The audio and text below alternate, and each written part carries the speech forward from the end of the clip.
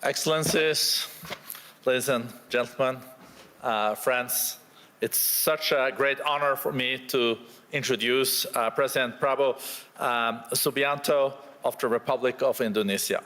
The Forum is so proud to be a strong partner for Indonesia's across a range of areas, and also are very delighted to formalize our support for your important efforts towards the Ocean Impact Summit that is happening this summer in Bali. In this respect, I would like to thank you, Mr. President, for your leadership in unlocking Indonesia's significant blue economy potential.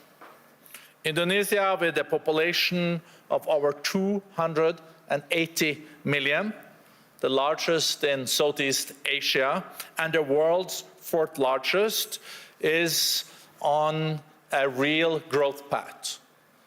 We're expecting 5 to 6% economic growth this year, and that is also demonstrating the country's crucial role as an anchor of stability, dialogue, and resilience in an increasingly turbulent and uncertain global geo-economic environment. Once again, Mr. President, we're so delighted to have you here. Thank you for your leadership, and we're looking forward to seeing you also at the Ocean Impact Summit later this year. Welcome, Mr. President.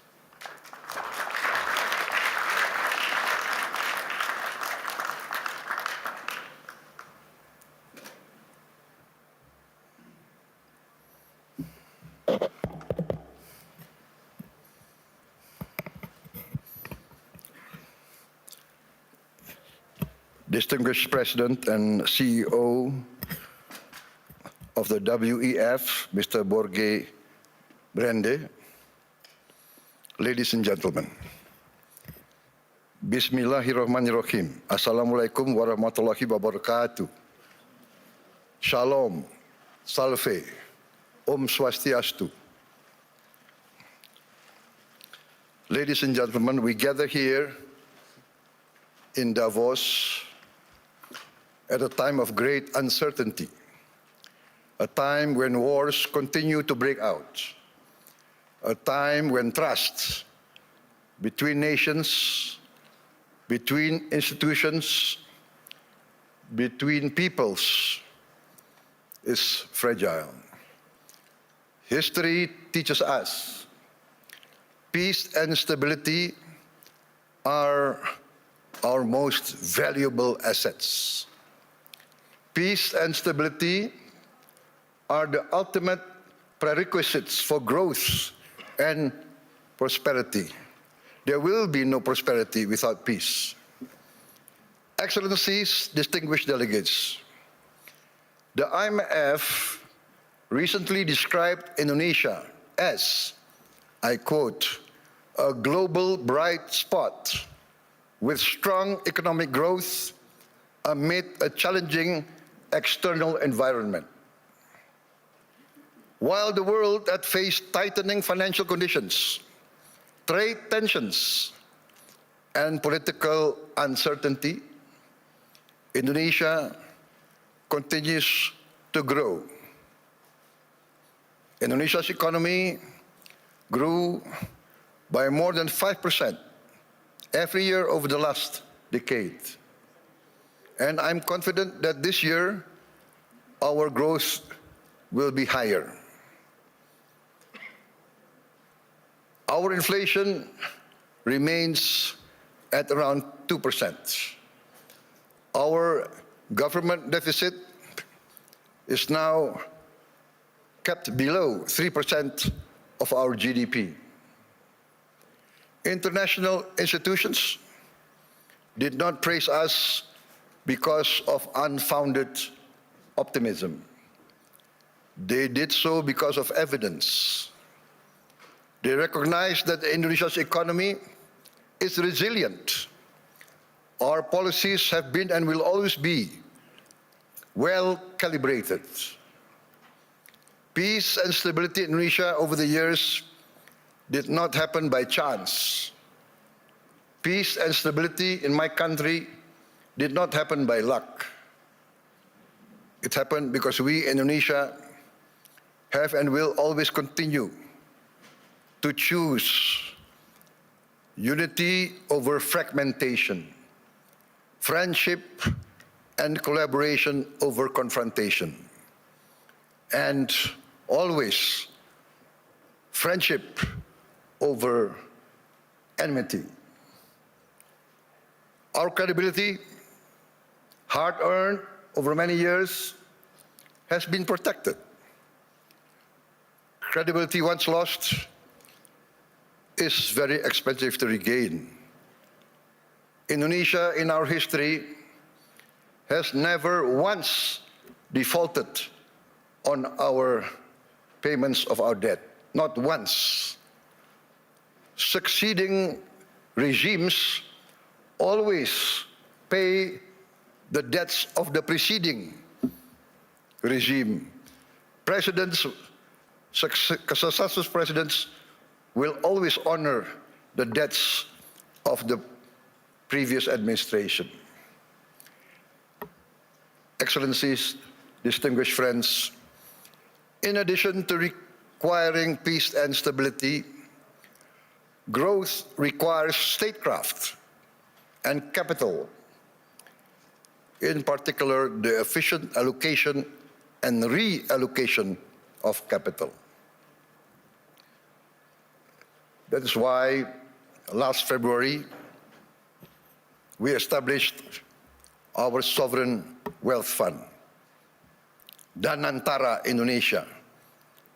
Danantara means the energy to power the future of Indonesia.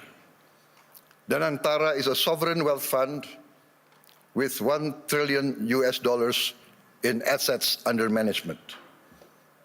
With Danantara, I can stand here in front of you as an equal partner. Indonesia is now not only a land of peace and stability. Indonesia now is more and more the land of opportunity. Once again, I mentioned that I am convinced that our growth, the growth of our economy will be significantly surprising to many in the world. With Danantara, Indonesia is now able to be your partners. We will co-invest and grow with you. Danantara is established to finance and co-finance the industries of the future. We are determined to industrialize our country in a significant way. The industries of the future must be executed well and wisely. That is why we built Danantara with strong oversight and institutional responsibility. And we try to find the best executives to direct the leadership of Danantara. Danantara now manages 1,044 state-owned enterprises. We are going to bring this down to around at most 300. We will rationalize, we will get rid of inefficiency. We want the best governance and the best management under international standards. I have allowed Danantara to recruit expatriates, foreign citizens, to be able to lead these companies. We want the best brains and the best minds in the world.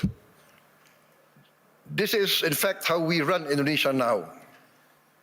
From our social programs to our efforts to downstream our natural resources, to our efforts to reach self-sufficiency in food and energy. All are now accompanied by strong oversight and capable leaders. In the first 2 months of my administration, we carried out a vigorous efficiency program. We saved $18 billion by stopping inefficient and dubious programs from our budget and redirected these funds to projects that directly improve livelihoods and impact all of society. As a result, on January 6, 2025, we started our free nutritious meals program for pregnant and lactating mothers, infants, and all Indonesian children. On our first day, we started with 190 kitchens, serving 570,000 people per day. 570,000 meals per day. Today, in 1 year, we have achieved 21,102 kitchens serving nationwide. As of last night, we are producing 59.8 million meals for 59.8 million children, mothers, and elderly living alone.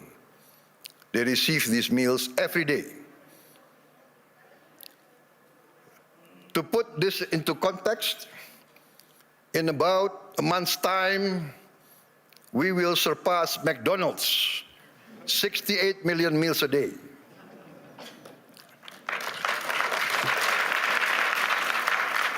We started in January of last year. This year, we aim to serve 82.9 million meals a day. All children of Indonesia, from the womb of their mother up until they reach 18 years of age, benefit from this program. For pregnant and lactating mothers, we deliver the meal daily to their home. This is also delivered to their homes for the elderly living alone. To put this in the context I mentioned, I think McDonald's started their first kitchen in 1940. To reach 68 million, it took them, 55 decades more. We will reach 82.9, I hope, by the end of December 2026. But my people say, no, sir, we will reach 82.9 before December. So hopefully we will achieve this. In addition to strengthening our children, our free meals strengthens our economy. More than 61,000 micro, small, and medium enterprises and cooperatives are now a part of this supply chain. We are creating more than 600,000 jobs just at the kitchens. At its peak, we are optimistic it will reach 1.5 million direct jobs with vendors, with suppliers. There will be another more than 1 million livelihoods embraced and improved. This is why I'm convinced that our growth will reach impressive numbers. Our social policies must expand productivity and produce growth. Today, 70 million Indonesians receive free medical checkup, and they will receive free medical checkup once a year for the rest of their lives. And this will increase to all the children and the adults of Indonesia. We are providing free medical checkup to all citizens of Indonesia. This is not a populist program. This is a rational program to save money. By detecting illness, disease at an early stage, we will save much more in the long term in treatment. This actually is a productivity improvement program. My experts say that in the long run, we will save many, many billions of US dollars. Last year, for instance, we renovated 16,140 schools. We equipped 288,000 schools, each with one 75-inch interactive flat panels as part of our digitalization of our education program. Next year, in this coming year, 2026, we will add another 1 million of these interactive smart panels so that every school will have at least 3 to 4 classrooms with these panels.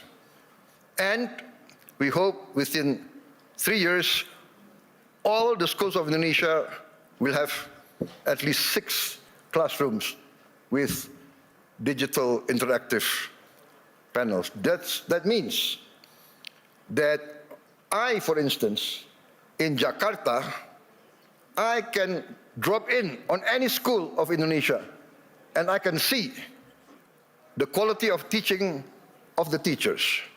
I can see the reaction of the children.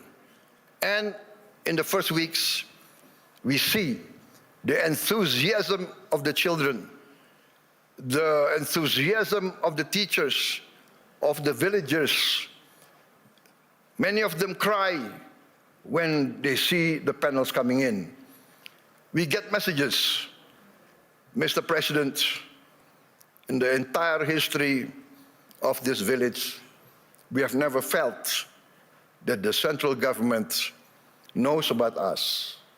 This is the first time we feel that the central government cares about us and is now in our village, is now helping to teach our children. This is, for me, heartwarming, because what we are doing is we are empowering the future generation of Indonesians.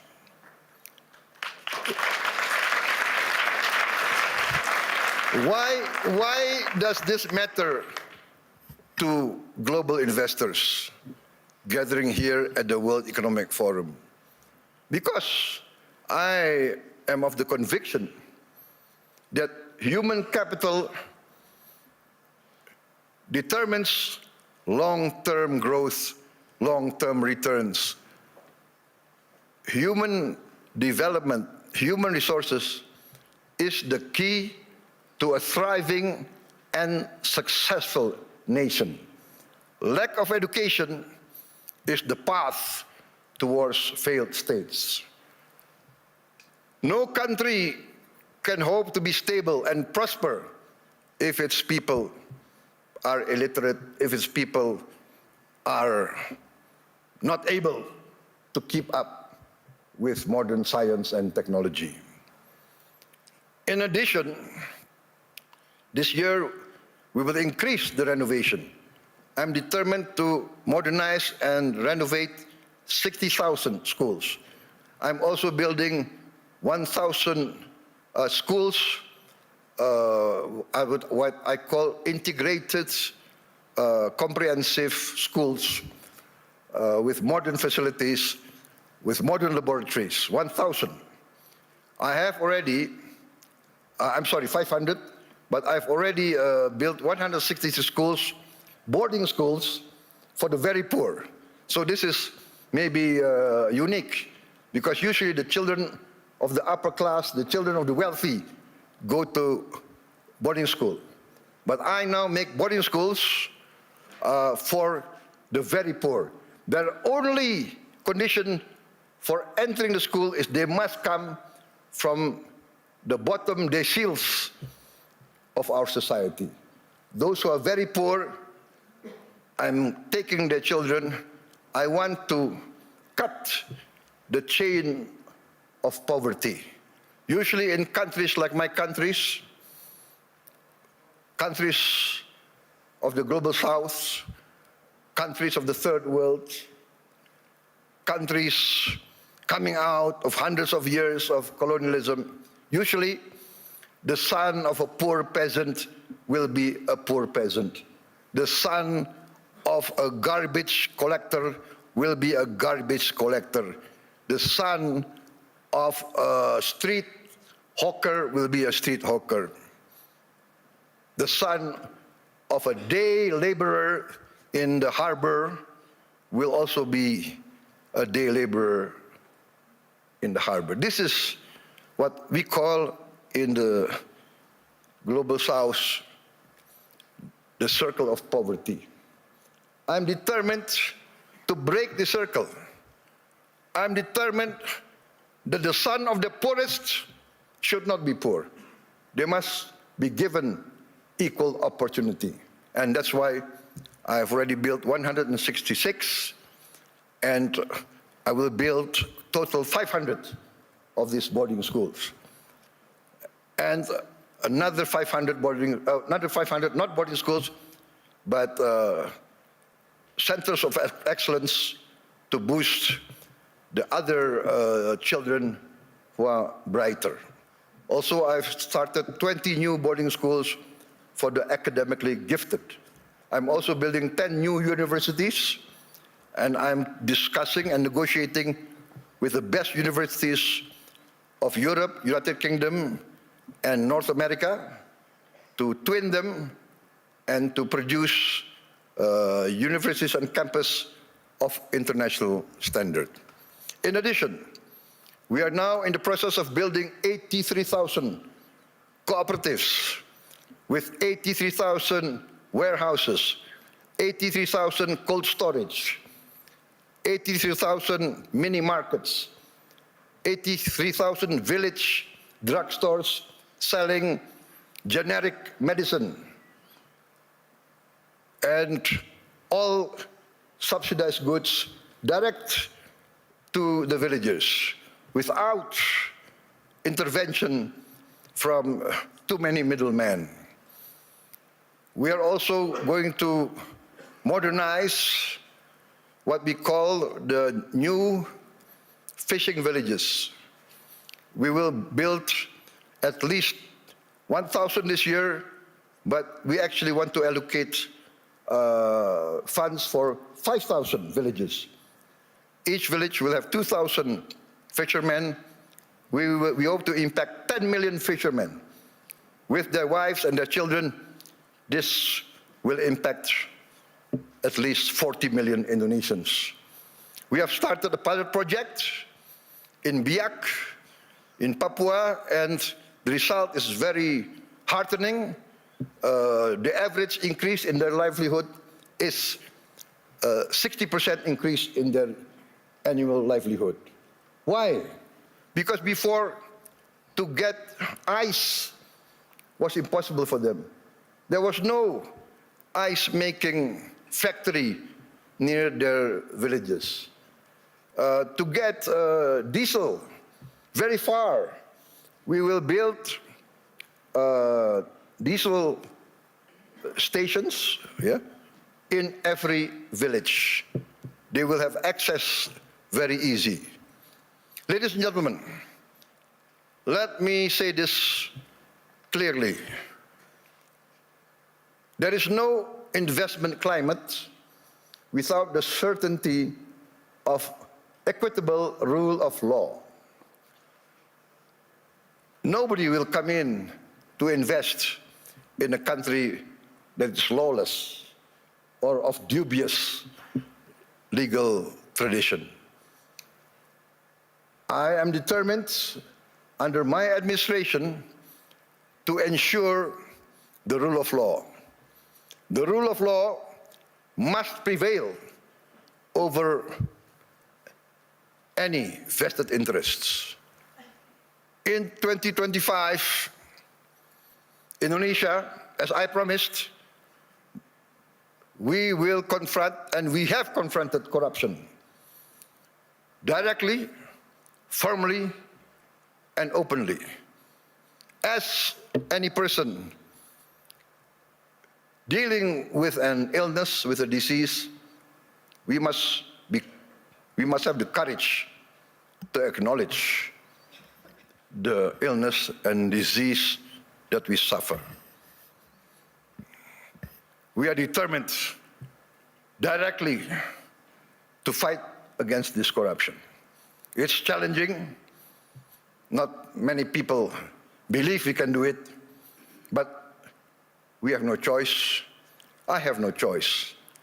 I have been inaugurated, I've been sworn in to uphold the Constitution and the rule of law. In my first weeks in government, we uncovered massive abuse in fuel and crude oil governance. In all sectors of the economy, we found illegality, illegal practices. In my first year of administration, we have already confiscated 4 million hectares of illegal plantations and illegal mines. It is amazing. I call this not free enterprise. I call this not the free market. I called it openly greedonomics, the economics of greed, the economics of rapacious practices. Maybe in many of your countries, there was a period like this, a period of the robber barons. I have confiscated 4 million hectares, but 2 days ago, I led a cabinet meeting by Zoom from London, and we decided to confiscate or to revoke the licenses of 28 corporations which had licenses over 1.01 million hectares. I revoked because we found them violating laws. They were building plantations on protected forests. This is a flagrant undermining of the rule of law. Perhaps these rapacious so-called entrepreneurs feel that they need not recognize the sovereignty of the Indonesian government. Or perhaps they feel they can buy all Indonesian government officials. I have reports that some of these people in their meetings say, oh, it's okay, there is no government official that cannot be bought. Well, I challenge them to try to buy officials from my administration. They will come to find themselves a big surprise. Combined with the 4 million hectares of illegal plantations already confiscated, we have, in fact, enacted the boldest, the most daring forest law enforcement effort in the history of Indonesia. We have closed, up to now, 1,000 illegal mines. But my staff, my people report to me, sir, there is at least another 1,000 or more. There could be as many as 666 corporations that violate the law. So So I say, what can we do? We can only have the courage to enforce the law. There can be no compromise. There can be no turning back. My people demand this, and we are determined to serve our people in honesty. We are determined, I am determined to uphold my oath, defend the Constitution of my country, enforce the law of the land. You might not have heard our story because we are people who do not like to be flamboyant. We are low-key. We tend to be below the radar. But we are very determined in our effort to keep up with the rest of the world. You might not have heard this story, but extreme poverty in Indonesia fell to its lowest level in history.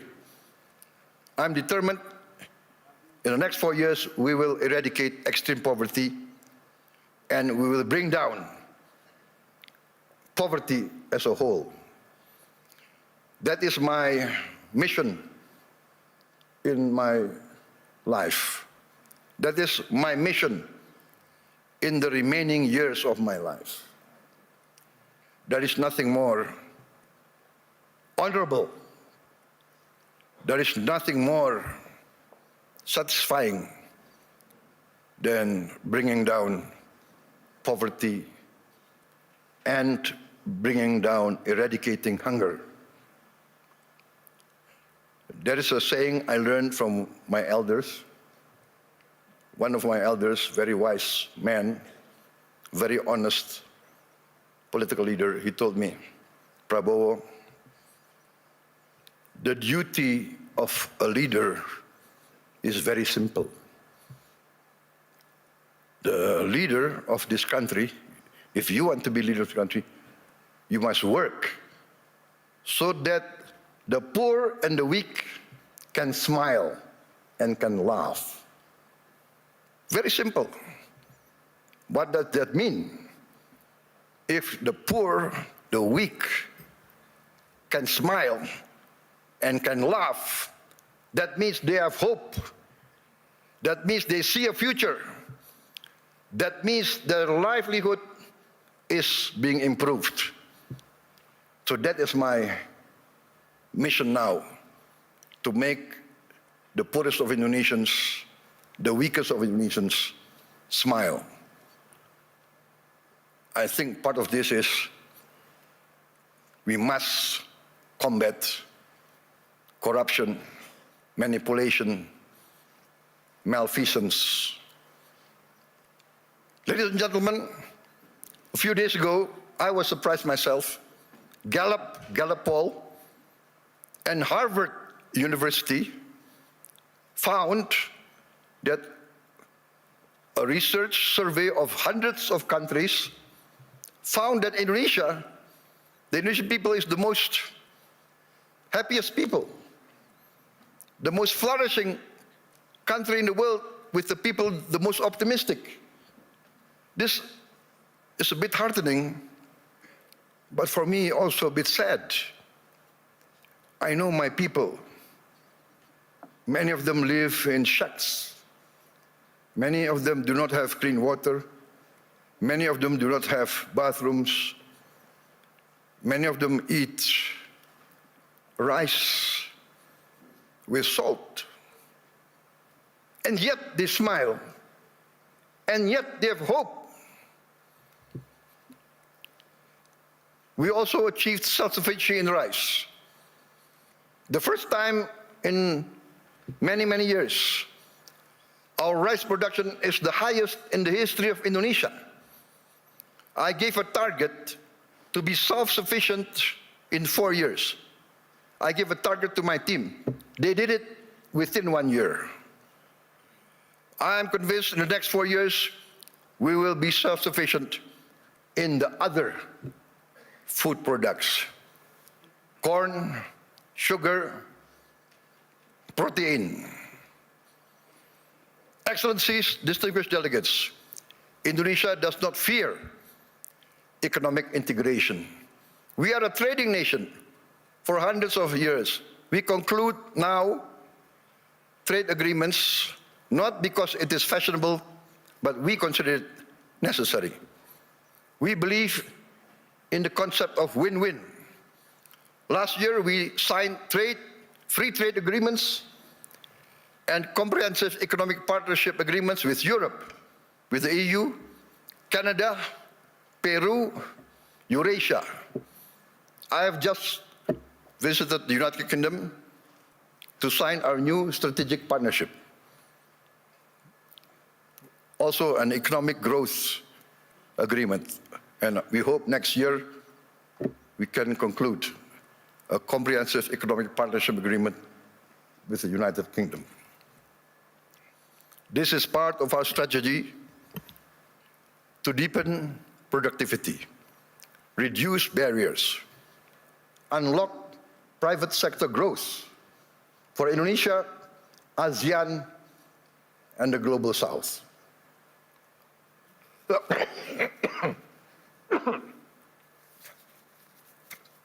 Excuse me. We believe that trade integration, when done fairly, is not a threat to sovereignty. We believe trade is a tool for prosperity. Indonesia has a clear vision. We are determined to become a modern country, integrated with the global economy, providing good quality of life for its citizens, living free of poverty and hunger. But we understand very well this cannot be achieved by slogans alone. It requires determination, good governance, clean government, free of corruption and malfeasance.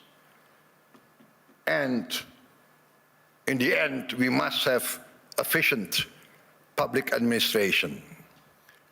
We must also enact a new culture in our bureaucracy. Our government must serve the general good and must not entrench itself in collusion with greedy and rapacious economic players.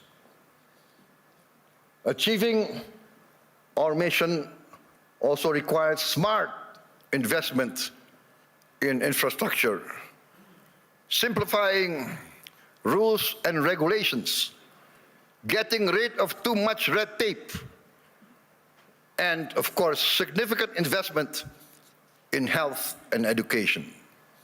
Distinguished delegates, friends, economic growth requires a dynamic private sector. Indonesia is and will always be open for foreign and domestic investment. And we realize the prerequisite for investment is political and economic stability. Also, the certainty of equitable rule of law, guaranteed by a strong, clean and democratic government.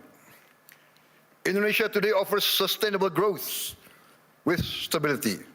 We may be very low-key, we may be below the radar, we don't like to be flamboyant, to be bragging. We believe in evidence, evidence-based action. In fact, I was invited to speak last year here, and I declined. Why? Because had I come last year, I would have only been leading my administration only for 2 months. So what will I be able to say? I will only be able to talk, to give platitudes. Today, I stand before you with confidence, with pride in our achievement.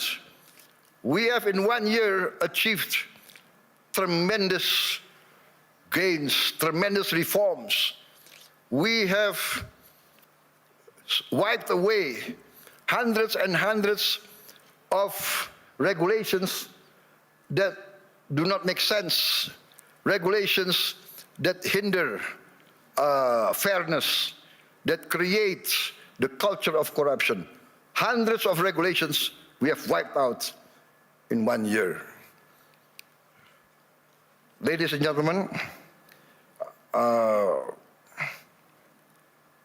peace and stability is a long and arduous program.